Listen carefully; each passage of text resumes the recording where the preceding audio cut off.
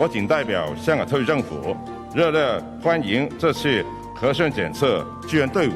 来到香港，协助我们对抗这次严峻的疫情。而这次大家应国家的号召，迅速组成了这次来港的救援队伍，也充分显示了我们国家一方有难，八方救援的团结互助、共度难关的团结精神。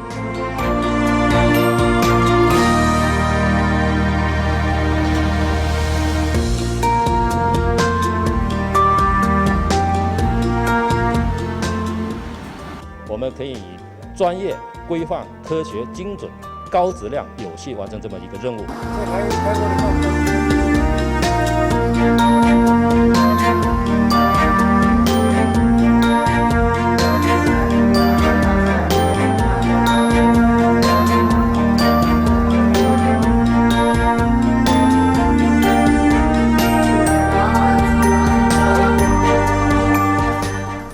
今次國家嘅醫療援助隊嚟到呢，係的確係補足咗香港醫療嘅不足，係幫助到咧香港市民呢係渡過呢一個嘅困難。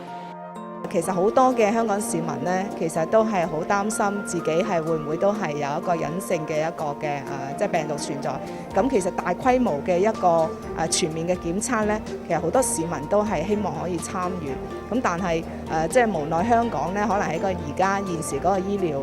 人手方面都係受限制啦。咁所以其實今次得到國家醫療隊嚟香港，可以全力去支援我哋香港嘅醫療，同埋支援最重要係支援香港嘅市民。咁我自己作為香港嘅市民呢，亦都係好感恩啦。咁我相信喺內地嘅專家同埋本地嘅醫療人員嘅配合之下呢，我哋嘅新冠疫情呢好快會控制到。